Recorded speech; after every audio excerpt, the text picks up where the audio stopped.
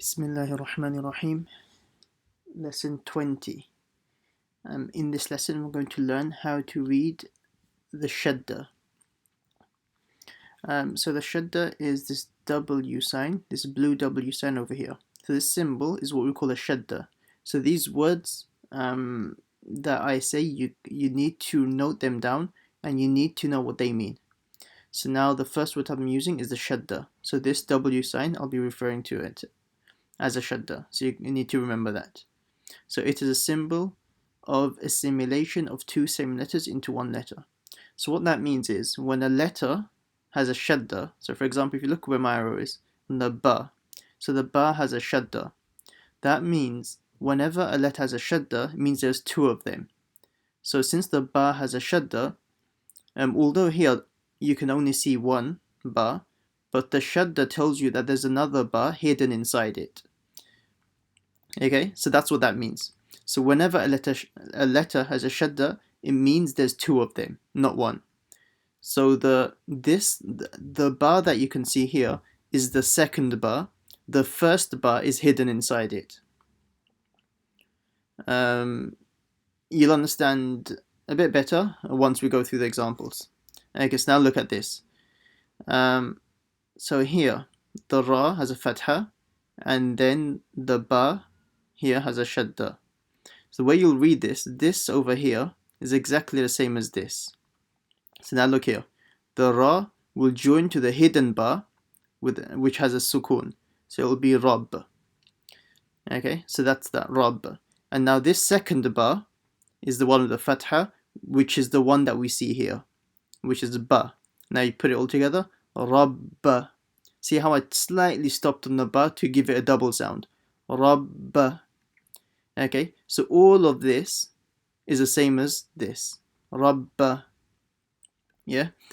So that's what that means. So now this ba that you can see over here is with a fatha is the second ba.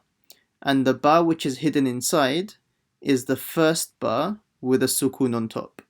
So that's why the ra will join to this. So when you read this, you need to say it all in one go. Rabba. Yeah, so making a ra join to the first ba and then saying the second ba with it. Rabba. Okay, let's go to the next example. So here, so now here this is an alif with a kasra, so it's an e, which will join to the nun because the nun has a shadda. So the way you'll read this is inna. Okay, so that's how you read it. Inna. So the nun that we see here is again the second nun. So okay, before that actually. So now since the nun has a shadda on it, so now you need to know how many nuns there are, which we just learned. Any letter which has a shadda letter, there will be two nuns. Yeah. So now the nun that you can see, which nun is it? Is it the first nun or is it the second nun? And it's the second nun. So the first nun is always hidden inside. So all of this is the same as this. Now let's go. Let's look at this. So that it's breaking it down so you understand a bit better. Just how we done over here. So the alif will join to the first hidden nun, nun sakin. So here there is no nun sakin, so nun sakin is hidden. So it's in. Then the second nun has a fatha, and that's that. See our second nun, which is a fatha. So then you say all together, inna. Okay, so now you should have got it by now. So now let's do this one together. So tha will join to this mim, thum, ma. See, first I said thum, joining it to the mim sakin, which is hidden. Then the mim has the second mim has a fatha, ma, thumma. Okay, so that's that done. Another important word, especially for the older students, you guys need to remember this word.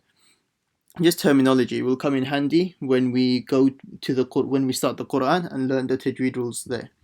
Any letter, okay, so now we've learned the W sign is called a shadda. Now any letter which second word, any letter which has a shadda on it, the letter will be called a Mushaddada. Let me repeat that one more time. Any letter, for example, the ba, the nun, or the mim, so any letter which has a shadda on it will be called a mushaddada.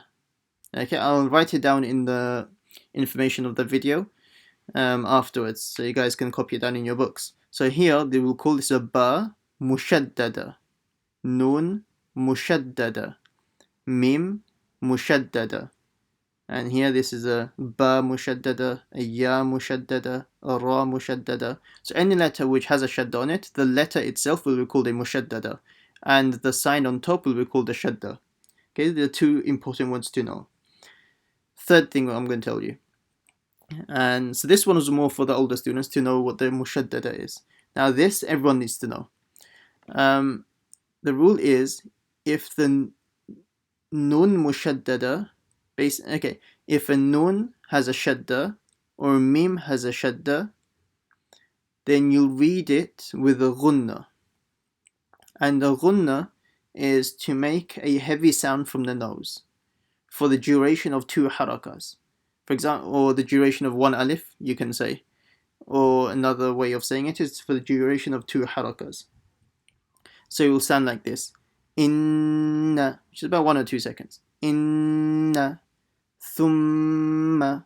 Okay, so this is only for the nun mushaddada and the mim mushaddada, none other letters. That's why here I didn't do the ghunna on the ba. Rabba. Okay, so whenever we read the nun mushaddada or a mim mushaddada in these examples, you need to remember to do ghunna. Okay, so now you should have understood that. If you haven't, just rewind the video and just listen to the explanation again. I hope that will help. So, but very briefly, when a letter has a shadda, it means there's 2 of them. And that's what it means. Okay, now let's start from this line over here. So now the ayn will join to the first mim, am, like we have over here, and then the second mim, ma. And then remember to the ghunna rule because it's a mim with a shadda. Amma. Okay, amma. Okay, now over here, the tha will join to the first mim. It's the same one over here. So it's thum. Then the second mim has a fatha, ma. Thumma. And again, remember to ghunna. Okay, so this one has a ghunna, doesn't it? Let me just write it down. Okay, so that's a ghunna here, that's a ghunna here, and there's a ghunna over here. Okay, so again, so next one. So the mim will join to the nun. The mim will join to the nun, man, and then the second nun, na. Man. See, I've underlined it just to make it easier for you to remember that you have to do ghunna. Man. Okay, next one. The mim will join to the dal, mad. First dal. Now the second dal has a fatha, da. Madda. Then the qaf, make sure you read the qa properly. Qaf will join to the lam, qal. Then the second lam has a fatha, la. Qalla. And the way you read a shadda letter, by the way, is just stop on that letter for half a second. Qalla. See how I stopped on the lam? Qal. And then I said la. Qalla. Okay, but because if you don't stop on the lam, then you won't be saying the double letter. You'll just be saying one lam. You'll be saying qala, qaf with a fatha and lam with a fatha. Qala. Yeah. So the way you pronounce the shadda is by stopping on the shadda letter, i.e. the mushaddada, for about half a second. Qala. Okay, next one.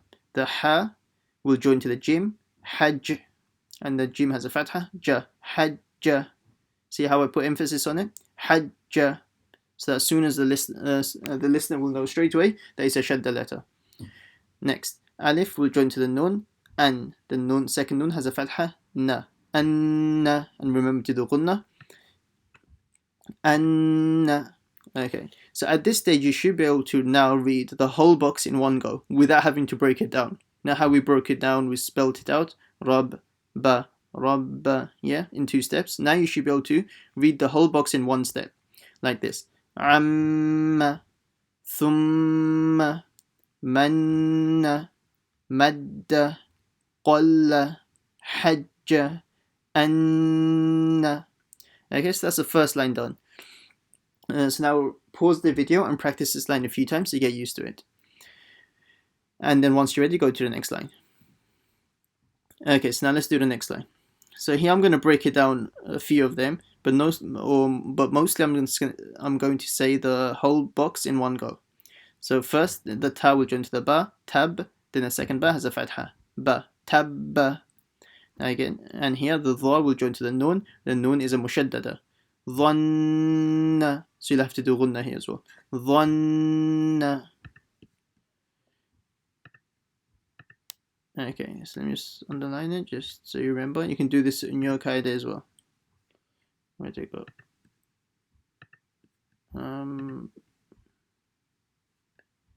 Here. Okay, dhanna. Okay, and then the sad will join to the ba, sob, ba has a fatha, ba, sob. Okay, now here the first, now they're making it slightly harder by changing the harakas around. Now the first that has a kasra. Before we were always doing fatha. Actually, we had one dhamma here.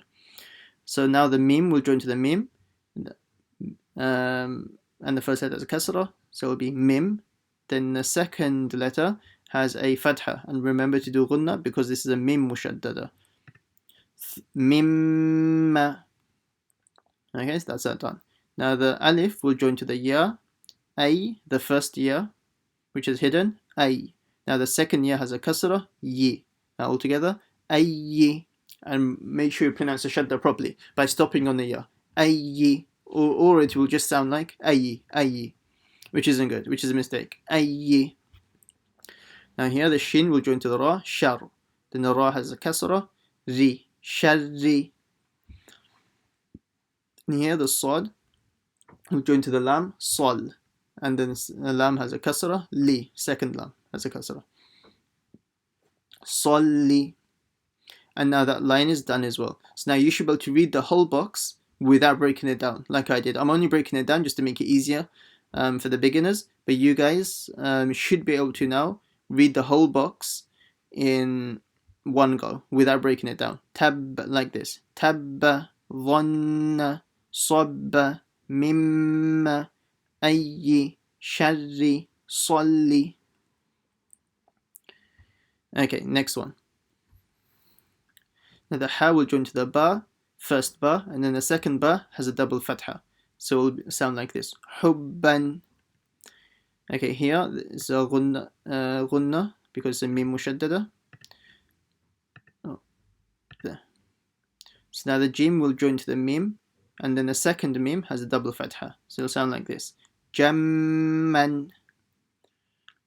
And ignore the alif because we've learned before, haven't we, that all the double fathas, they have an alif, but you ignore them, they're silent.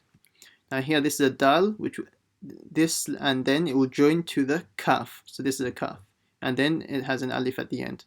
So dal will join to the kaf. So it's dak, and then the second kaf has a double fatha, kan, dakkan, dakkan. So listen to how I pronounce the shadda. So not dakkan, it's dakkan. Okay, here the shin will join to the first qaf, which is hidden, and then you say the second qaf with a double fatha, shaqqan, remembering to recite the qa properly, the qaf, not as a shakkan, it's qa, shaqqan, and full mouth if you can. And next is a sad, will join to the fa, the hidden fa, then the second fa has a double fatha, so it's saffan. And pronounce the sad. So don't say safan as a sin. That'd be a major mistake, a big mistake. Safan with a sa. Then it's a ha, which will join to the qaf, haqq. Then the second qaf has a double dhamma, haqqun. Then a ha will join to the lam, and then the hidden lam, and then the second lam has a double dhamma, hillun. And that line is done as well. So these should be fairly easy. I remember my 6-7-year-old students, they read the whole page, lesson 20 and lesson 21, many of them in one lesson, in one go. So I didn't teach it to them. They just came and I taught them the first 2 lines actually. I taught them this line and this line and this line, and then the rest they just read themselves to me. And yeah, so this is how it's fairly simple. It shouldn't take too long to get your head around it. Okay, last line. Alif will join to the first hidden mim, then the second mim has a double dhamma. And we'll do a ghunnah because this is a mim mushaddada, isn't it? Ummun. Then here, this is a kaf, which will join to the lam, and then the second lam has a double dhamma. Kullun. The ra will join to the hidden ba, then the second ba has a double dhamma. Rabbun. Then the ghain will join to the mim, the hidden mim, and then the second mim has a double kasra, and this is a ghunna letter as well. Ghammin. Ghammin. Making sure you read the gha as full mouth. And now the ghain will join to the lam, ghil, and then the second lam has a double kasra, lin. Ghillin. Ghillin. And when the ghain has a kasra, it's more or less empty mouth. It's not full mouth anymore. Ghillin. Then the dha will join to the first lam, dhil. Dha is still full mouth, by the way, even if it has a kasra. Dhil. Then the second lam has a double kasra, lin. Dhillin.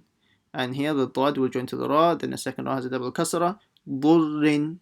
Dhurrin. Okay, so that's done. So keep on going over this, and then you should be able to read all these lines very quickly and without breaking it down, so all in one go.